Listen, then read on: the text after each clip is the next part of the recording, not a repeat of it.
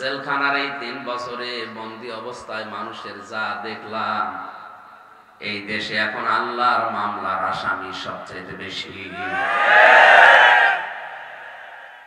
বাদী যত বড় হয় তার মামলা কিন্তু কম কঠিন হয়। এই কথা বলে না?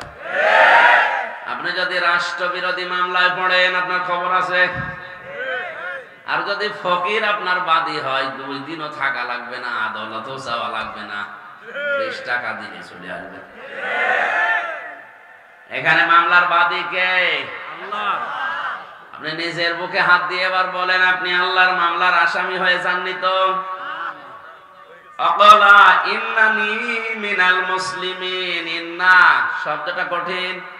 সে বলে অবশ্যই আমি মুসলমান, আমি মুসলিমদের ভেতরে একজন।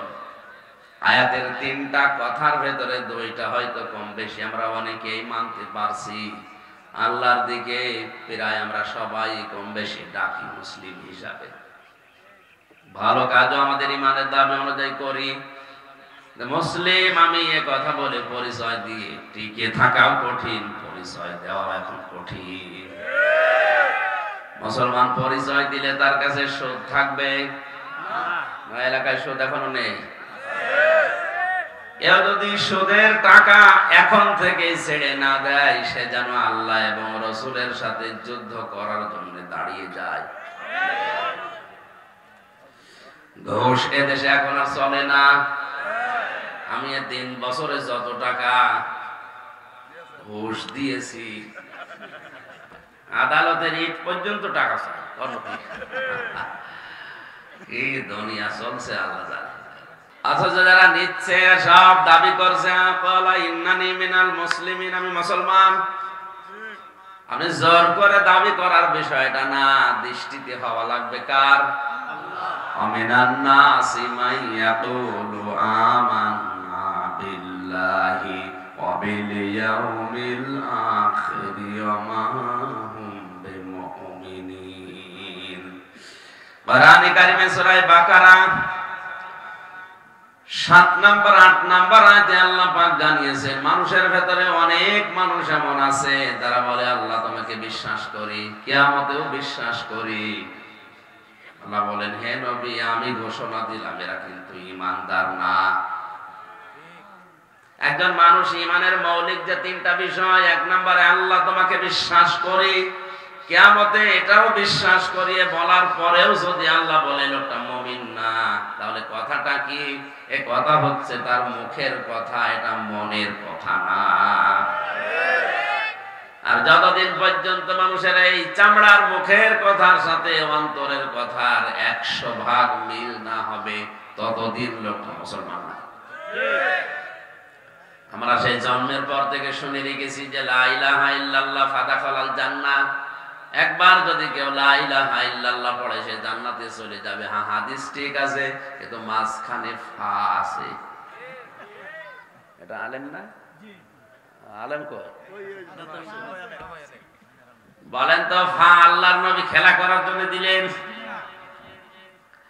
আমাদের মতো আবেগওয়ালা মুসলমান যারা, হযরত আবু হুরায়রা এই কথা শোনার পরে আনন্দে লাফাচ্ছিলেন, কাজ হয়েছে। হযরত ওমরের কাছে গিয়ে বলে, দেখো নবীজির কাছে শুনলাম মান ক্বালা লা ইলাহা ইল্লাল্লাহ ফাদাখালাল জান্নাহ। হযরত ওমর তাকে 2টা বর্ণনা পেয়েছে, একটা থাপ্পড় দিয়েছিলেন অথবা কলার চাপ দিয়ে ধরেছিলেন। কে বলেছে মান ক্বালা? আল্লাহর নবী। চলো দেখি নবীজির কাছে। বিশ্ব নবীকে গিয়ে বলে, ইয়া রাসূলুল্লাহ আপনি এই কথা বলেছেন? নবীজি বললেন, হ্যাঁ আমি বলেছি। হযরত ওমর কিন্তু আবু হুরায়রার মতো না, তিনি বিচক্ষণ মানুষ।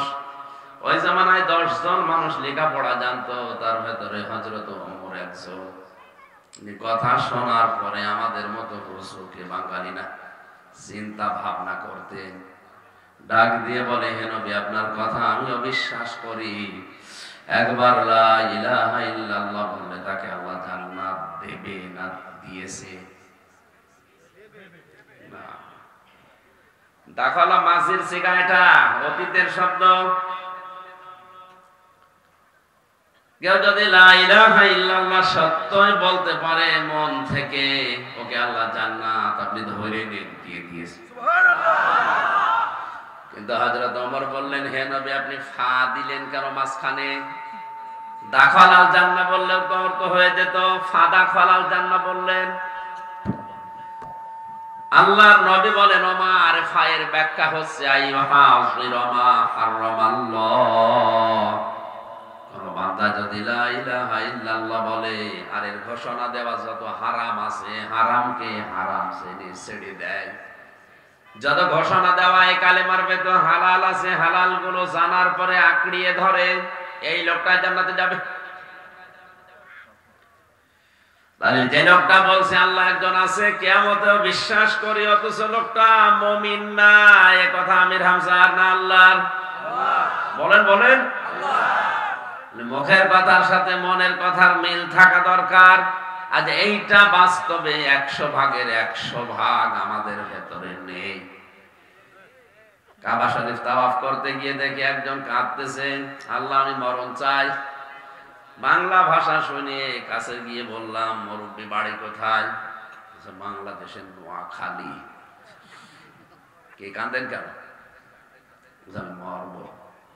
মরবেন মানে আমার দেশে আমি আর যাব না, এদেশে আল্লাহর ঘর কাবা শরীফ আছে, নবীজির রওজা আছে, আমি এখানেই মরবো। শুনেছি এখানে মরলে নাকি কবরের আযাব হয় না। এত আবেগ, কাবার ওই গিলাপ ধরে কাঁদতেছে। বললাম হোটেলে চলেন, যেখানে থাকে ওই হোস্টেলে নিয়ে গিয়ে নাস্তা করালাম। বাইরে জ্বালানা দিয়ে তাকিয়ে দেখি কি ঝড়। বললাম মুরব্বি আপনার দোয়া কবুল হয়ে গেছে। আপনি কাবা শরীফ ধরে যে দোয়া করলেন যে আপনি মরবেন, আর বেশি দেরি নেই, এই যে ঝড় উঠেছে আপনি এখন বাইরে যাবেন আর মরবেন, আপনি প্রস্তুতি নেন। আমার বলছে আমির হামজা এই দোয়া তো আমি এবছরের জন্য করিনি, আগামীতে যদি আসি তখন। ওর মুখের কথা মনের কথা এক, ঝড় দেখি তো পাল্টি ফেলিস।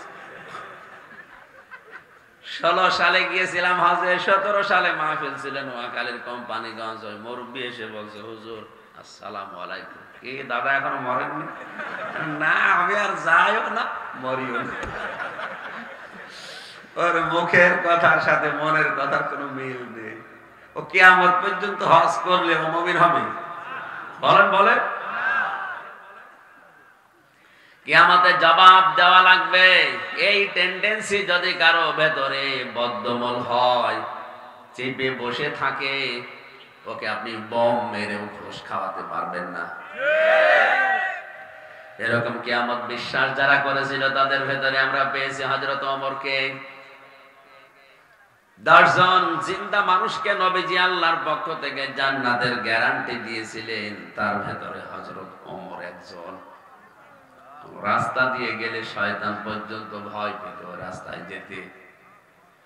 আল্লাহর নবী মসজিদে নববীর পাশ দিয়ে নামাজ আদায় করে যাবার সময় অলিগলি দিয়ে ঘুরতেছেন, হঠাৎ করে দেখলেন শয়তান পালাচ্ছে। ডাক দিয়ে বলে কি কোথায় যাও? শয়তান বলে ইয়া রাসূলুল্লাহ, কিছুক্ষণ আগে দেখলাম হযরত ওমর রাস্তা দিয়ে আসতেছে, ওরে দেখে আমার ভয়, এজন্য আমি পালিয়ে যাচ্ছি। নবীজি ওই দিন বলেছিলেন ওমর তুমি যে রাস্তায় হাঁটো ও রাস্তায় 40 দিন পর্যন্ত শয়তান যেতে ভয় পায়। এত বড় ভয়ঙ্কর মানুষ মনে করেন এই মানুষটা কিয়ামত এ শব্দ শোনার পরে এমন একটা অবস্থা তার ভেতরে তৈরি হয়েছিল, সন্তানটাকে ভর্তি করে দিলেন এরকম একটা মাদ্রাসায়। আব্দুল্লাহ ওই দেশের প্রধান বিচারপতি তখন হযরতে আলী, তিনিও তার সন্তান হোসাইনকে ভর্তি করলেন। হোসাইন বারবার কলম টেবিল থেকে ফেলে দিচ্ছে, আব্দুল্লাহকে বলে তুলে দাও।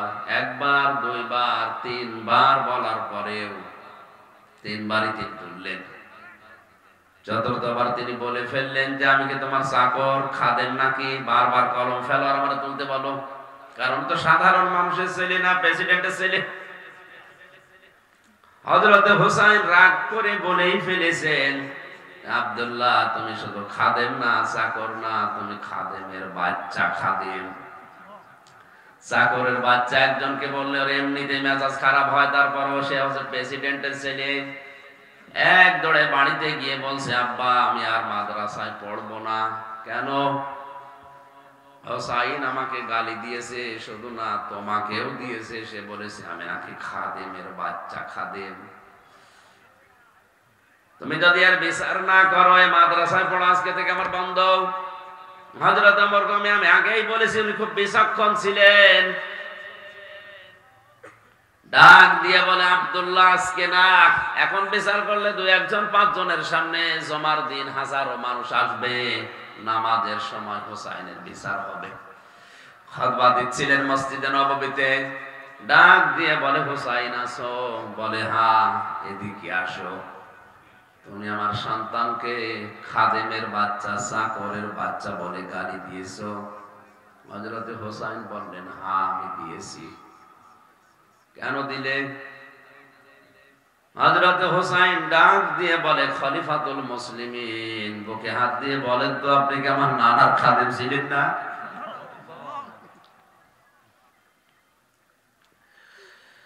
হযরত ওমরের কথা বন্ধ হয়ে গেছে। হাজারো সাহাবীদের ভেতরে তিনি বললেন, হুসাইন যে কথা বললে তুমি এটা লিখে দিতে পারবে? উনি আবেগে বলেছে, হ্যাঁ কাগজ কলম নিয়ে আসেন। খেজুরের পাতা নিয়ে এসেছে, ডালের পাতা। ওখানে তিনি লিখলেন, আমি সাক্ষী দিচ্ছি এ ওমর আমার নানার খাদেম ছিল, আমি দেখেছি। এতে হুসাইন ইবনে আলী সই করে দিলেন। কাগজটা হাতে নিয়ে হযরত ওমর চুমা খেলেন। ডাক দিয়ে বলে, নবীর সাহাবীরা, বিচার হয়ে গেছে। হযরতে আব্দুল্লাহ ছোট মানুষ বলে, আব্বা তুমি তো বিচার শুরুই করলে না, কি করে হয়ে গেল? হযরতে ওমর বলে, সন্তান, যে বিচার করেছি শুধু দুনিয়া না, কিয়ামতের কাছে লাগবে। আমি যখন মারা যাব এই কাগজটা আমার কাফনের ভেতরে দিয়ে দিও। কিয়ামতে যদি আমার কিছুই কবুল না হয়, অন্তত কাগজটা উঁচা করে বলতে পারবো, আল্লাহ তোমার নবীর নাতি সই করে দিয়েছে আমি নবীর খাদেম ছিলাম।